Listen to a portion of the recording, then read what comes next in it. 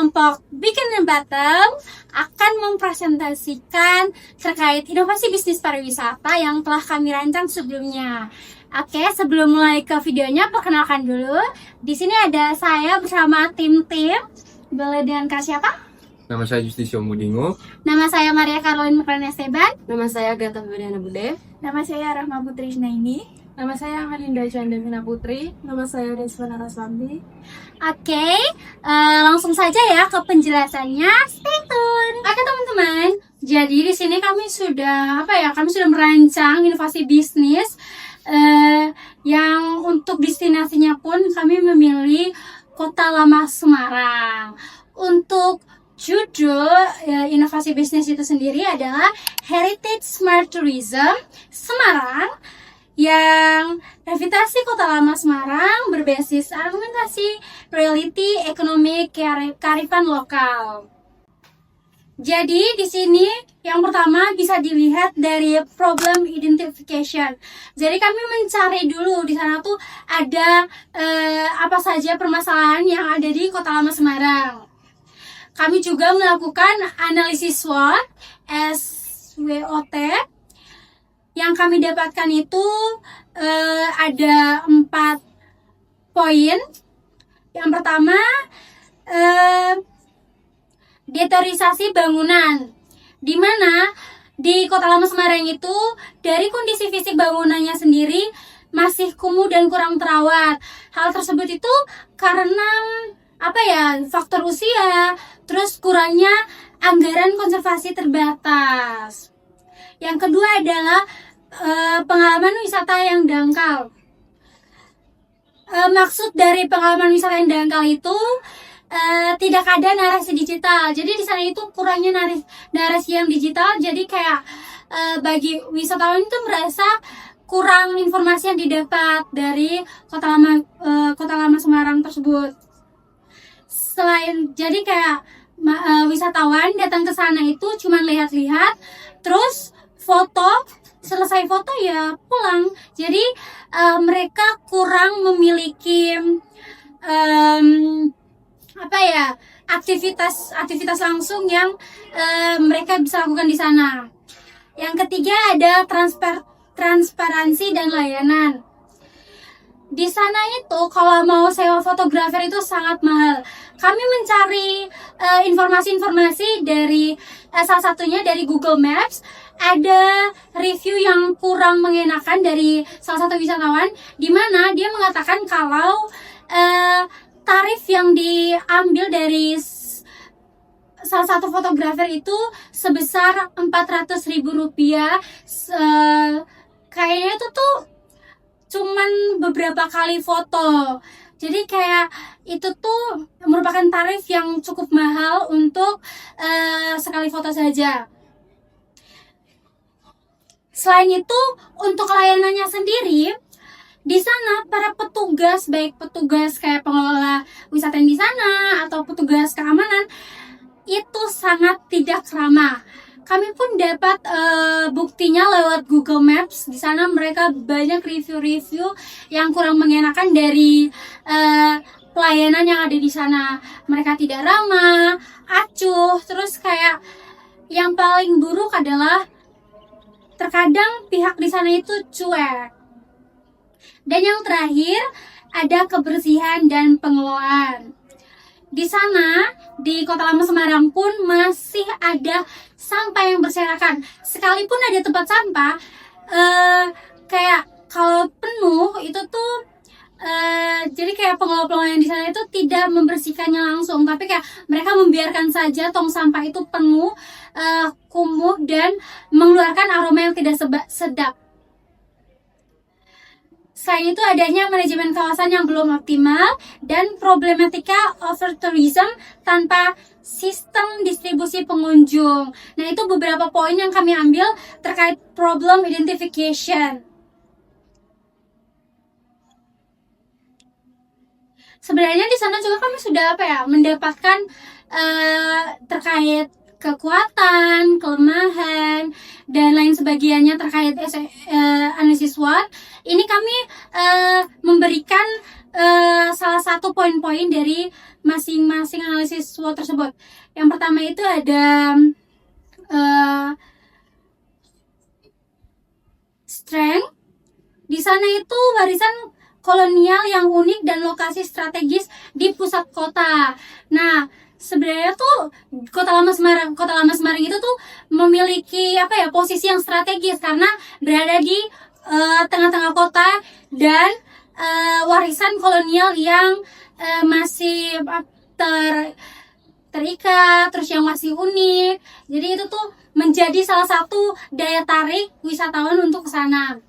Yang kedua ada weakness, di mana bangunan deteriorisasi dan minim digitalisasi layanan. Sudah saya jelaskan tadi terkait pengalaman wisata yang dangkal. Jadi kayak wisatawan merasa kayak kurangnya ada informasi-informasi digital yang terdapat di sana. Dan yang berikutnya ada opportunity, di mana tren heritage tourism naik dan Gen Z digital native. Jadi banyakkan anak-anak muda atau Gen Z itu mengikuti tren atau pola tren terbaru yang ada di Indonesia, khususnya di wisata Kota Lama Semarang. Dan yang terakhir ada persaingan kota tua Jakarta dan kota gede Yogyakarta. Jadi Kota Lama Semarang itu memiliki, bisa dikatakan, saingan dari kota dari Jakarta dan dari Yogyakarta, di mana mereka juga masing-masing memiliki wisata yang unik, keterkaitan antara kota lama tersebut. Oke, berikutnya kita akan masuk di bagian target audience. Jadi teman-teman, di sini kami menargetkan beberapa kalangan wisatawan. Yang pertama itu dari Gen Z dan milenial. Itu kami menarik sebesar 55%, di mana itu Gen Z dan Gen milenial itu sudah mengikuti tren-tren terbaru. Terus terkadang juga ada yang FOMO dan kepingin merasakan langsung bagaimana wisata di Kota Lama Semarang. Yang kedua dari keluarga terdidik. Maksud dari keluarga terdidik itu tuh maksudnya wisata edukasi dan budaya untuk anak-anak. Kami juga membuka wisatawan untuk kayak seperti study tour dari anak SD sampai kalangan SMA. Itu sebesar 30%. Dan yang terakhir dari wisatawan mancanegara. Di sana juga terdapat wisatawan mancanegara. Pokoknya tuh banyak wisatawan mancanegara dari luar negeri. Biasanya tuh ada dari negara tetangga, Malaysia dan Singapura. Selanjutnya ada inovasi solusi. Yang pertama itu rekonstruksi visual. Di bagian ini wisatawan dapat melihat visualisasi 3D bangunan kolonial masa lalu sekitar tahun 1700 sampai 1900 Masehi melalui layar smartphone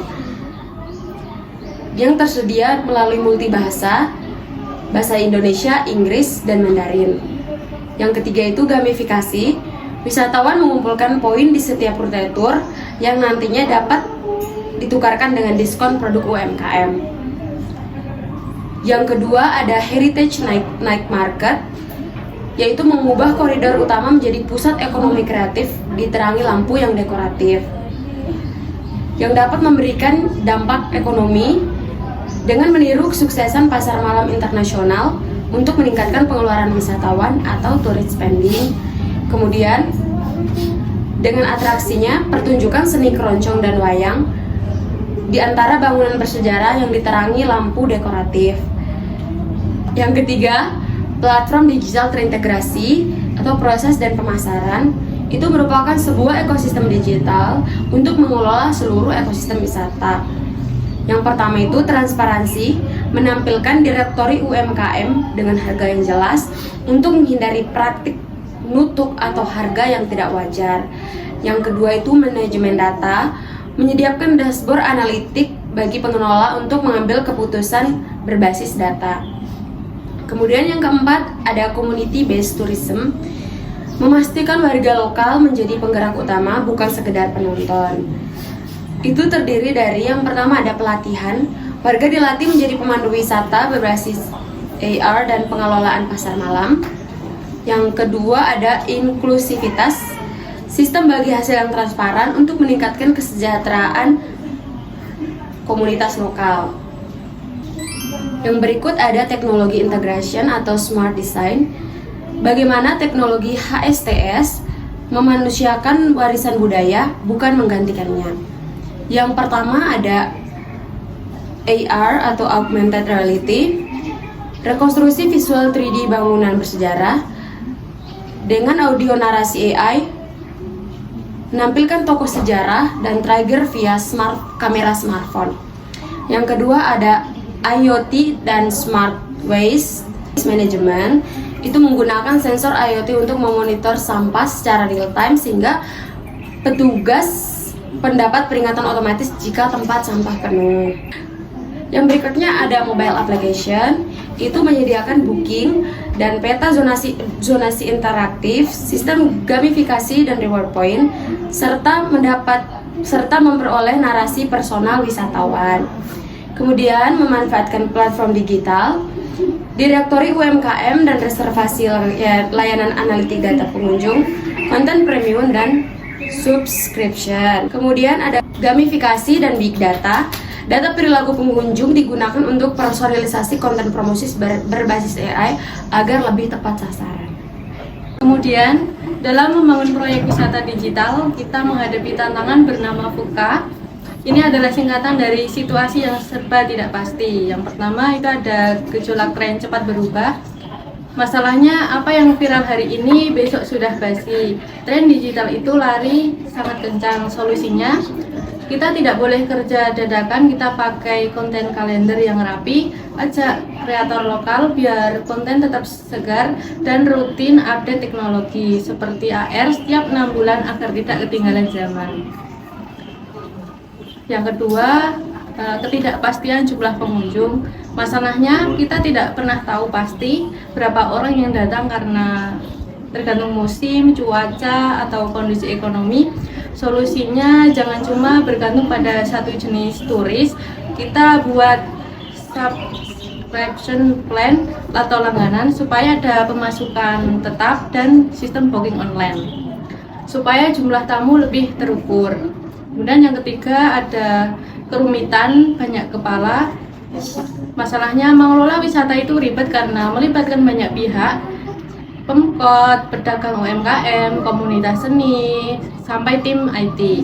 Solusinya biar tidak pusing, kita buat komite khusus dan aturan SOP yang transparan, komunikasi yang harus satu pintu lewat platform yang real time supaya tidak ada salah paham. Kemudian yang terakhir ada ketidakjelasan atau respon pasar. Masalahnya kita tidak tahu apakah turis senior atau orang awam bakal suka pakai teknologi AR atau malah bingung. Solusinya jangan langsung gaspol, kita buat pilot project, uji coba selama 3 bulan dulu. Selain itu kita tetap sediakan cara manual non digital sebagai cadangan kalau teknologinya lagi macet. Baik, selanjutnya kita masuk di social dan sustainability impact. Di sini yang pertama itu ada komunitas lokal based tourism atau CBT. Pertama itu masyarakat sebagai pelaku utama. Warga lokal terlibat langsung dalam kegiatan wisata, bukan hanya jadi objek. Yang kedua, pelatihan pemandu, AR, digital marketing, dan hospitality. Warga dibekali skill agar bisa bersaing dan memberikan pengalaman wisata yang berkualitas. Yang ketiga, workshop budaya, sumber pendapatan. Kegiatan budaya seperti kerajinan, kuliner, atau seni bisa dijadikan produk wisata. Selanjutnya di pemberdayaan seniman lokal. Seniman misalnya itu seperti musik keroncong, tarian, dan lain-lain, mendapat panggung dan penghasilan. Selanjutnya di partisipasi aktif masyarakat. Warga ikut dalam pengambilan keputusan dan pengelolaan kawasan. Yang kedua, Kita masuk di ekonomi, UMKM, dan kota. Di penjelasan yang pertama, akses pasar lebih luas atau digitalisasi di rektori. UMKM lebih mudah ditemui wisatawan. Yang kedua, peningkatan PAD dan tiket event. Kegiatan wisata memberi pemasukan bagi kota, misalnya Semarang. Yang ketiga, night market sebagai aktivitas rutin, membuka peluang usaha tetap bagi UMKM setiap minggu. Yang keempat, revenue sharing transparan. Sistem pembagian keuntungan jelas dan adil. Dan yang terakhir, model ekonomi sosial, tidak bergantung penuh pada subsidi pemerintah. Yang terakhir, yang ketiga, lingkungan atau green tourism. Di penjelasan yang pertama itu ada smart waste management atau EOT.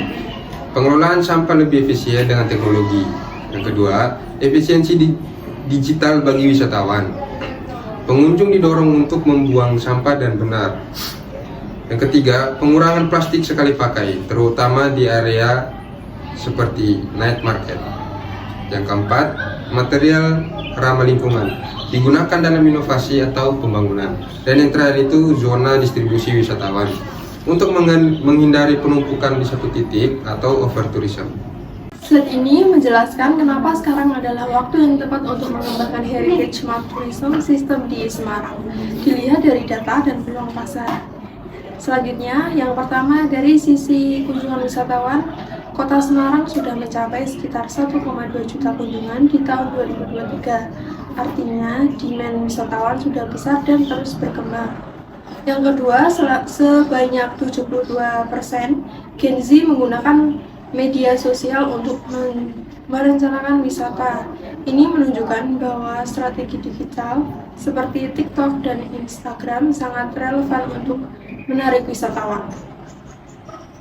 Yang ketiga, secara global, sektor heritage tourism tumbuh sekitar 23% pasca pandemi. Ini menandakan minat terhadap wisata budaya dan sejarah sedang meningkat. Yang terakhir, Semarang sendiri punya lebih dari 50 bangunan kolonial bersejarah, khususnya di Kota Lama, yang menjadi potensi utama untuk dikembangkan. Kalau dilihat dari proyeksi pendapatan, kontribusi terbesar ada pada AR Tour Package sebesar 35% karena memberikan pengalaman baru bagi wisatawan. Kemudian, night market 25% yang mendukung aktivitas ekonomi malam hari. Selanjutnya, ada platform berlangganan dan UMKM, iklan masing-masing 15%, serta workshop budaya 10% sebagai pelengkap pengalaman wisata.